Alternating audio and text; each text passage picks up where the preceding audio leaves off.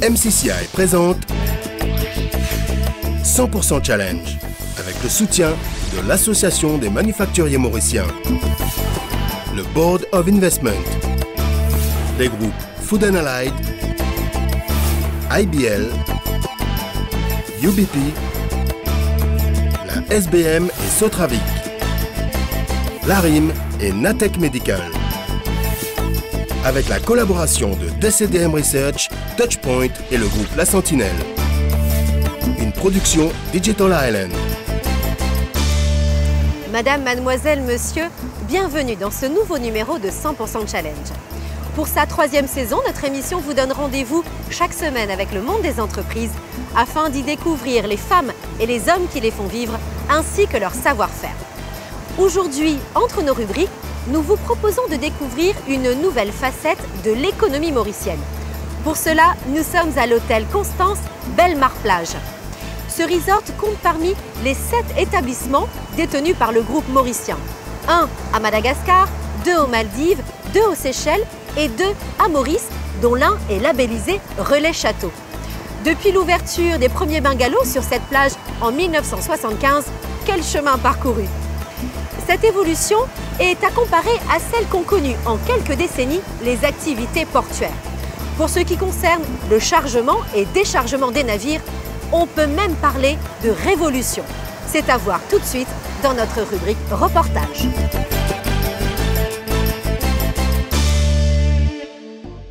Les terminaux de Port-Louis accueillent des navires grâce au concours des marins de la Mauritius Port Authority au bénéfice des opérateurs privés qui exportent ou importent toutes sortes de produits à longueur d'année.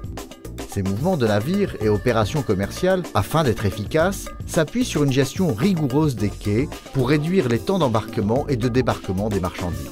5 jours, 6 jours avant l'arrivée du bateau, il y a un planning qui s'est fait au bureau avec tous les acteurs. Vous avez la cargo handling, vous avez l'autorité portuaire, vous avez les agents maritimes qui viennent à la réunion. Là, on s'assoit, on voit qu'est-ce que le bateau a comme marchandises pour débarquer, qu'est-ce qu'il y a comme l'embarquement aussi, quel genre de type de marchandises. Et à ce moment, on dégage le système, disons quel quai on va mettre le bateau pour qu'il n'y a pas de contraintes, les bateaux puissent travailler dans des meilleures conditions. Pour faciliter la manutention, les infrastructures sont régulièrement optimisées.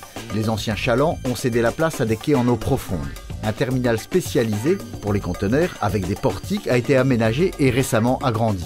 Pour lui, il y a une grande plateforme régionale avec des normes internationales et nous trouvons-nous bien placés dans l'océan Indien à cause de nous relier nous avec l'Afrique, l'Asie et l'Australie. Et pour lui a été toujours un port qui constamment fait moderniser pour qu'il nous reste dans les normes internationales. Les installations portuaires ont été conçues et adaptées au fil du temps pour l'importation des produits utiles aux Mauriciens et pour l'exportation des productions locales, sucre d'abord, textile ensuite et d'autres biens aujourd'hui. Pour cela, les terminaux se sont de plus en plus spécialisés, à commencer par ceux dédiés à la réception des vracs solides, comme par exemple le charbon, la farine ou encore le ciment. Le port nous offre la possibilité de recevoir les bateaux à n'importe quelle heure du jour ou de la nuit. Nous recevons la majorité de notre ciment par des bateaux dits pneumatiques, qui sont des bateaux spécialisés dans le transport du ciment. Et ce sont des bateaux qui travaillent à cale fermée et qui permettent donc de continuer le débarquement par n'importe quel temps. Que ce soit avec ce procédé récent ou par le biais d'un moyen plus traditionnel, la réception des vracs nécessite une attention soutenue. Dès que le bateau arrive, on commence à connecter nos tuyaux avec le unloader.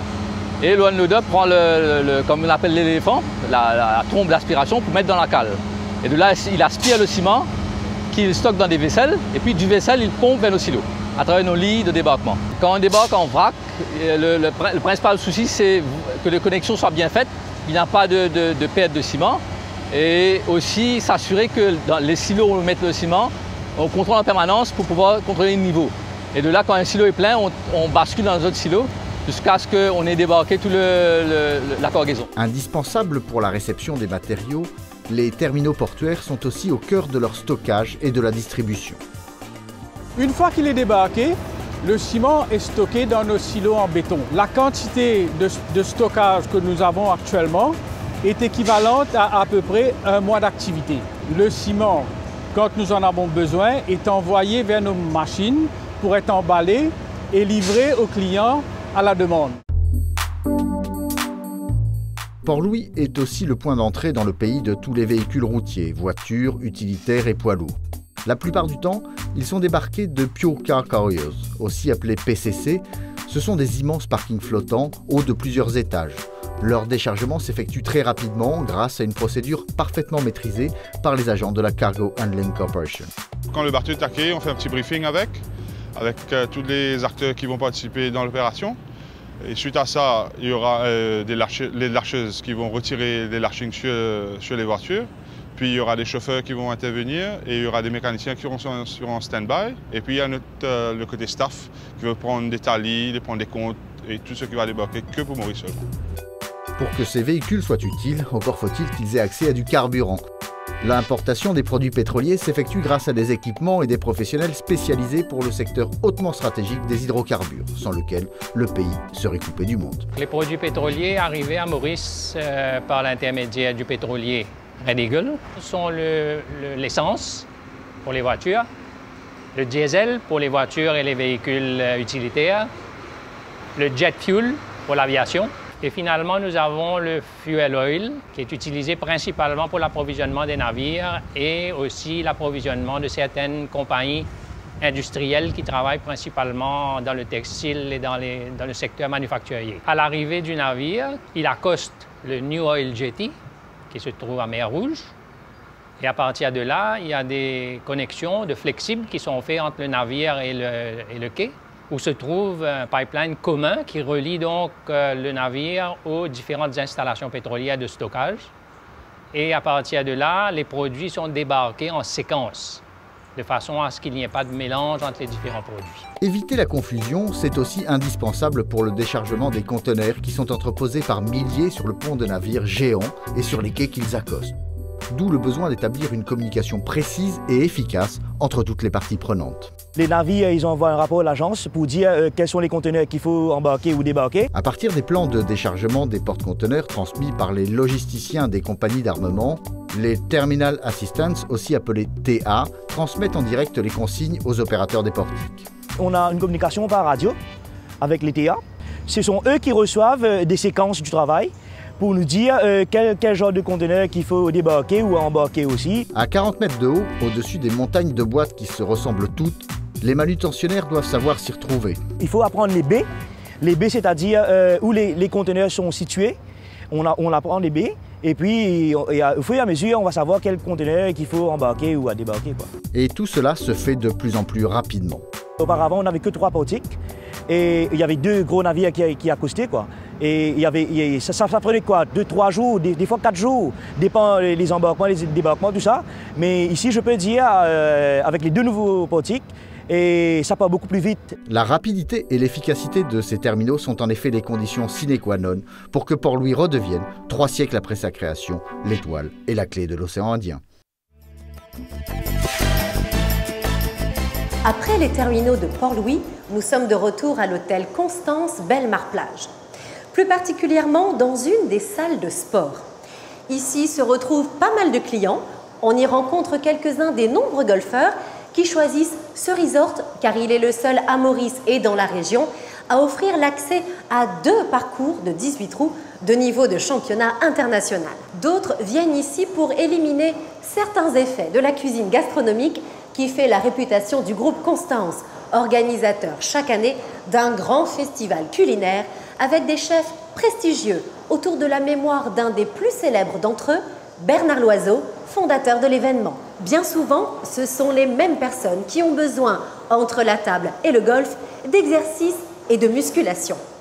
Il en est de même pour tous les acteurs du port. Il leur faut se muscler afin de permettre à l'économie mauricienne de se développer au milieu des flux importants entre l'Afrique et l'Asie. Comme nous l'explique ce responsable de la Mauritius Port Authority, invité de la rubrique Entre nous. Notre préoccupation, c'est d'être toujours en avance avec le développement du pays pour s'assurer qu'il n'y ait pas de goulot d'étranglement. On a un budget de 5,7 milliards dans les prochaines 5 ans et on a déjà dépensé 2,5 milliards dans les 5 dernières années. Nous sommes convaincus que le développement du port de Port-Louis passera beaucoup plus rapidement avec une intégration régionale en concert avec les ports de la région. Donc, dans cette optique, il y a une association qui s'est formée il y a quelque temps de cela, l'association des ports des îles de l'océan Indien, dont je suis le président jusqu'à mars 2013. Et ce qu'on fait au niveau de la direction des ports, on se concentre sur des thèmes d'activité qui sont porteurs pour la région. Et on a eu beaucoup de succès.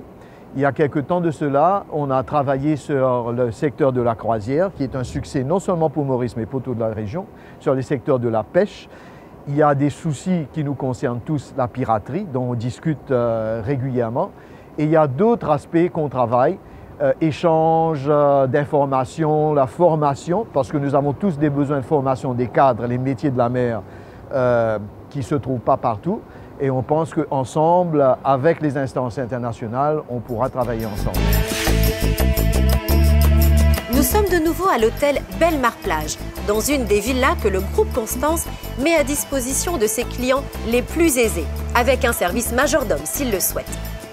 Aussi différent soit-il en apparence, il y a une communauté de destin entre les resorts mauriciens, qui accueillent les clients les plus fortunés de la planète, et les aconniers qui chargent et déchargent les plus grands navires en circulation sur les océans.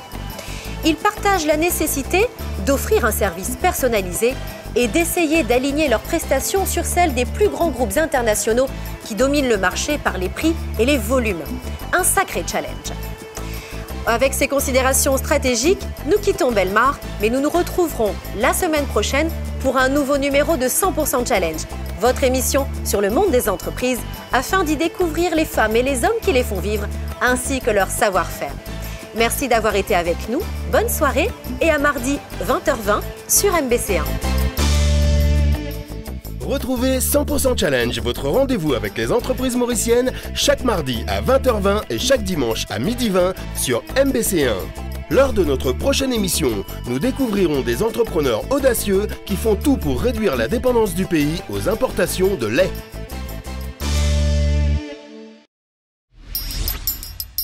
La MCCI vous a présenté 100% Challenge, avec le soutien de l'Association des manufacturiers mauriciens, le Board of Investment, les groupes Food & Allied, IBL, UBP, la SBM et Sotravic, Larim et Natec Medical.